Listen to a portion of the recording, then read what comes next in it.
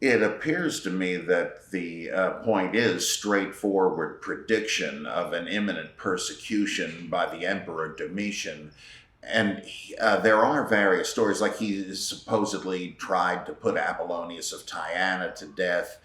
There are a couple of references here and there that he was a nasty guy, but there's no definite evidence that he ever did persecute Christians. But it appears that the author of Revelation expected that he would, and that's not too surprising. And he, from Irenaeus, we learn that once Nero was dead, people thought about him like in the 1960s and 70s, people thought about Hitler, that he was such a great villain, they couldn't believe they'd seen the last of him. And so there was this sort of urban legend that Nero either had not died when his Praetorian Guard turned on him, but they nabbed one of his doubles, like a Saddam Hussein thing. I'm amazed no Saddam Hussein wannabe has emerged, but I guess he just hanged again. But with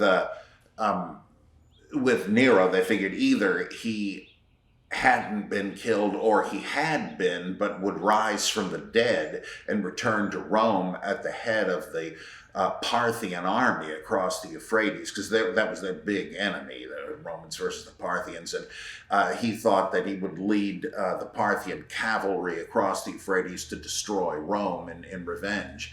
And that seems to be the main motif in Revelation, with the business about the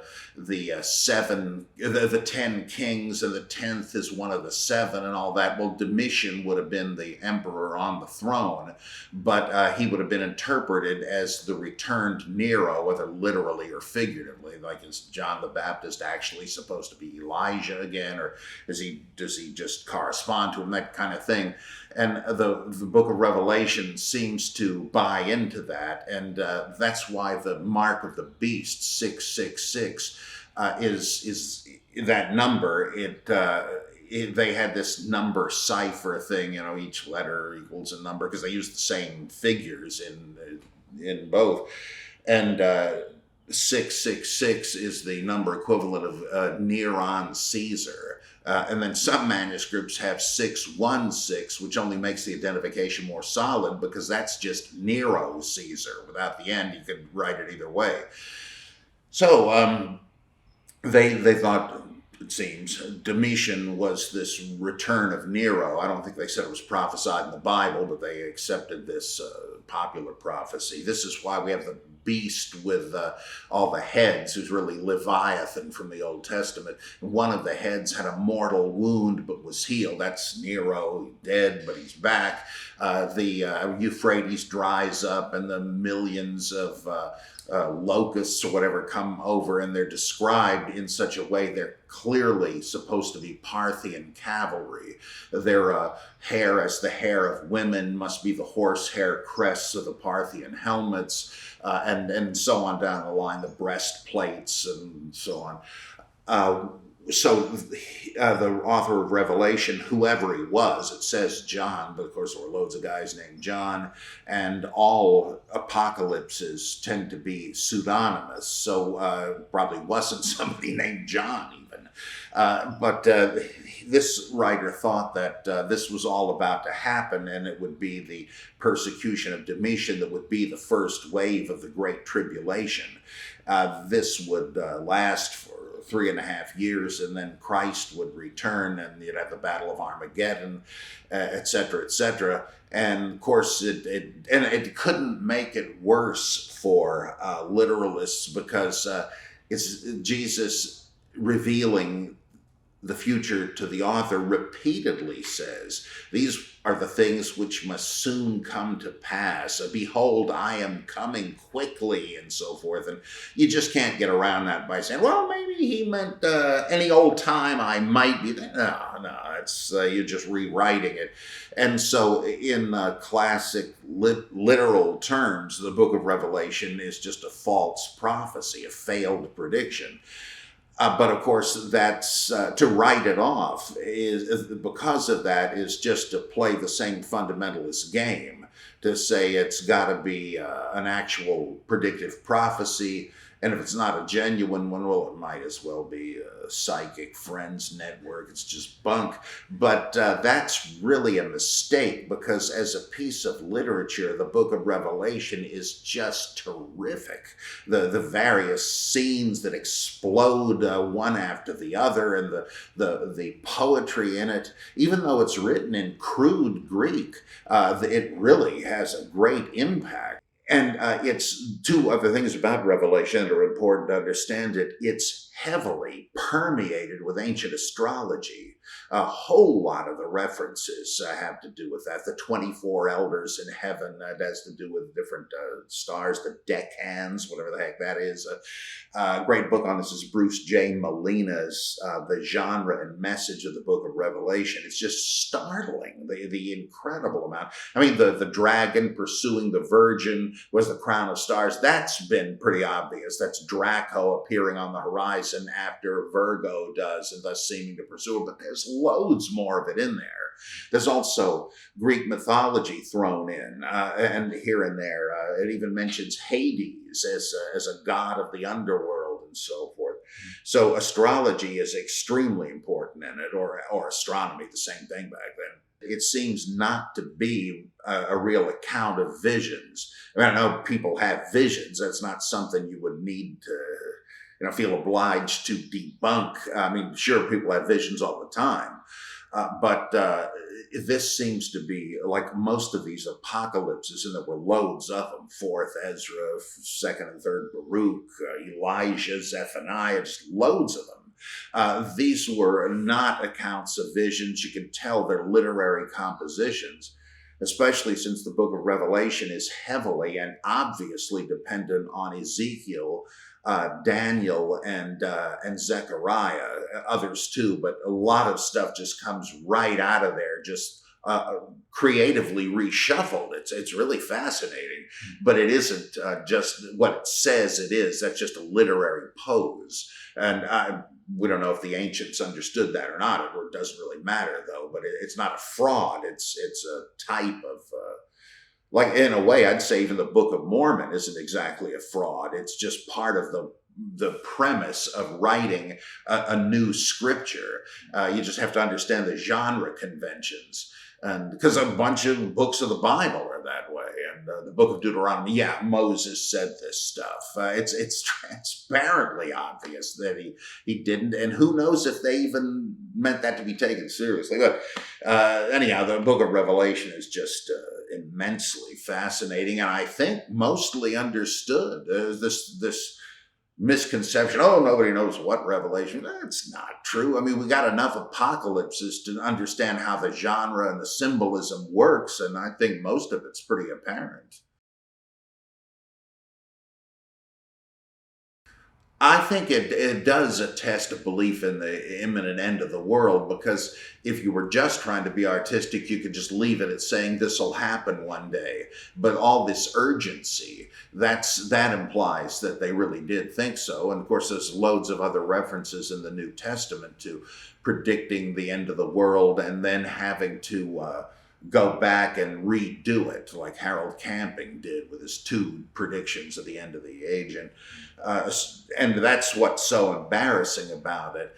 But if you're not a fundamentalist and you admit the prediction is false or premature or whatever, you realize something that Jacob Neusner says about the Old Testament history, that it isn't really history, but it's not bunk either, because it functions as a series of symbolic scenarios so that Jewish people can discern the signs of the times. These stories with Haman trying to kill all the Jews in the Persian Empire and stuff like that. Well, that's kind of relevant again. I mean, literally the same thing is happening today. And typology? No, it's just that it's a set of examples and precedents where you can discern the signs of the times.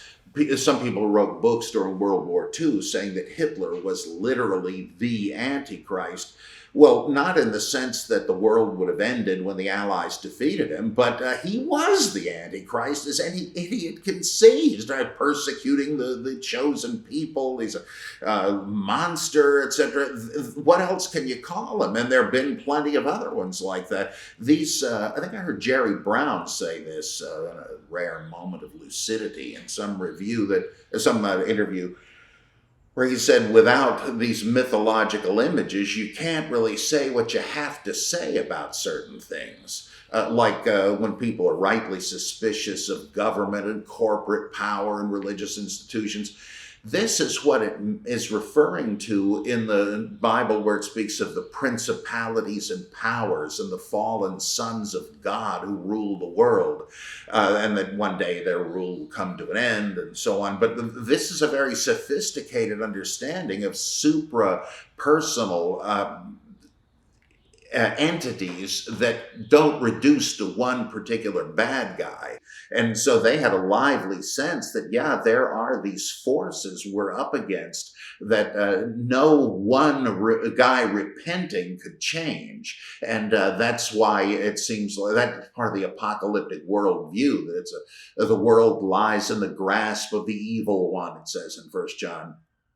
Well, you really need to know that to understand the picture. Is this really about evil angels hanging around somewhere? Well, they no doubt did think so, but that's almost irrelevant. The point is, it was a valuable myth to articulate what's going on in a way a literal description can't. Because what's the meaning of the literal description? It's this. And the book of Revelation has a lot like that in it. So did it make a prediction that failed? Yeah, obviously, but so what? It still has a lot to say.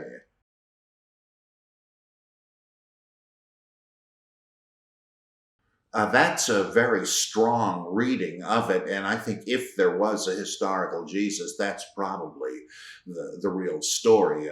S.G.F. Brandon, Robert Eisler, and others have argued that. Lately, the whole thing's been warmed over in a kind of a confused way by this Reza Aslan guy who just really cribbed everything from Brandon and didn't admit it, and ruins it with some stupid arguments.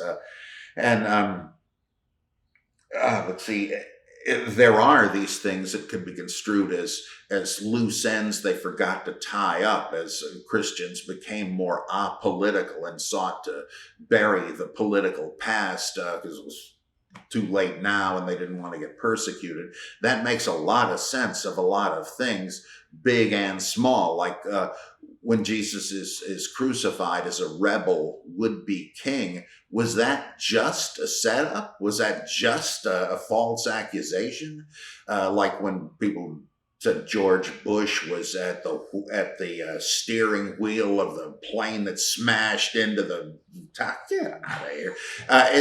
Was that what that was, or is it possible that he was a rebel? In fact, I think it's not unlikely that the story of the cleansing of the temple was originally the occasion of the arrest of Jesus, and that they've pushed it apart to sandwich in a bunch of teaching and so on. And so, yeah, that would make a lot of sense. That doesn't mean that he wouldn't have said things about the love of God and all that, because the zealots and all these guys were pious Jews. And so that is compatible. It's just difficult to say because a lot of that stuff that makes Jesus look like a revolutionary is so close to some of the things Josephus says, describing John of Giscala and Simon Bar Gioris and other rebels during the Roman war, that you begin to wonder if maybe he's not just another guy like them, but actually their stories have been combined with his. So it's really tough to say, but that is certainly a lively possibility. I think that is a sort of back and forth. Can you top this attempt to answer Jewish rumors that, if you want to say they found the tomb empty, right, maybe they did, but it's obvious why, right? His disciples must have stolen the body and said, and so Matthew has the Sanhedrin go to Pilate saying, we think they might pull a stunt like this. Of course, it's just pushing the later Jewish Christian debate back into this. And so why don't you set up the guard to keep these guys from pulling this hoax? The Christian point is that they couldn't have stolen the body because there were these Roman guards. And then you got this crazy business that, they fell asleep and all that. And this is ridiculous. Nobody would use that. It's like right out of Hogan's Heroes. Like, I say nothing, I know nothing, Schultz. And 30 days in the tomb. It's polemics and counter polemics, and they ratchet it up, and it gets more ridiculous as it goes along. Because, come on, you mean to tell me that Jesus managed to burst out of the tomb in the teeth of these Roman guards, but Mark, Luke, and John never heard of this? Did they know about it? Yeah, it's not worth mentioning. It's absurd. That's the same problem with this thing in 1 Corinthians 15 when it says that he rose and appeared to over 500 brethren. This doesn't make it into any of the Gospels. Either 1 Corinthians is a good bit later than we usually think, or this is an interpolation, which I think is the case. There's lots of indications of that, and it probably comes from some version of the Acts of Pilate, where they say that, the 500 who saw him were the Roman troops who had been at the tomb and knew that Jesus had risen. And so it suddenly begins to make some sense, though we only get the tip of the iceberg in the New Testament, but that's just more ridiculous polemics. Number one, what they're doing is to revive the Orthodox response to the 18th century Protestant rationalists who believed, seems very strange, was sort of a transitional form in the evolution of liberal Protestantism.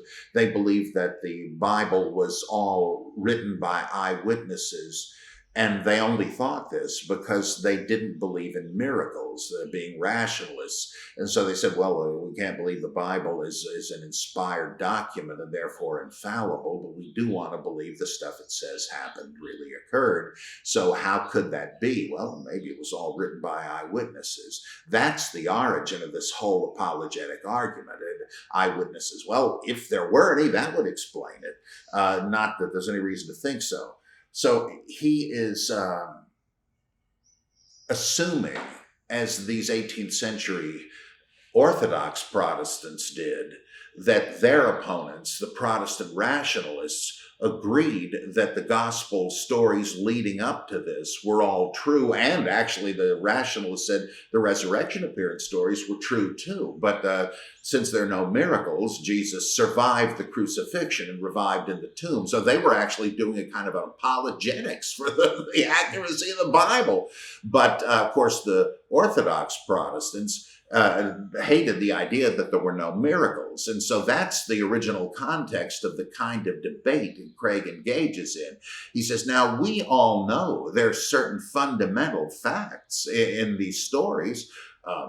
Joseph of Arimathea had Jesus buried in his tomb, and the women came to seek the body. I have no reason to doubt that. That's an established fact. We know the tomb was found empty and all that. Well, how do you think that came about? You can try different rational arguments, the wrong tomb, the hallucination, mistaken identity. But then they say that actually, if that's the game you're playing, several of those are attractive theories. They try to laugh them off, but it's vain anyway. What they're doing is to take a story and assume that a lot of it is history and then say, well, the final domino to fall must be that he rose from the dead. How can you deny that? But you're being hornswoggled there. And the great refutation for this appeared in this online cartoon, Jesus and Mo, where they're disputing, and Jesus says, oh, look, the resurrection's got to be true because what about the empty tomb? And Mo tells him, Look, that's like arguing that there has to be an Emerald City of Oz, because otherwise, where does the yellow brick road lead?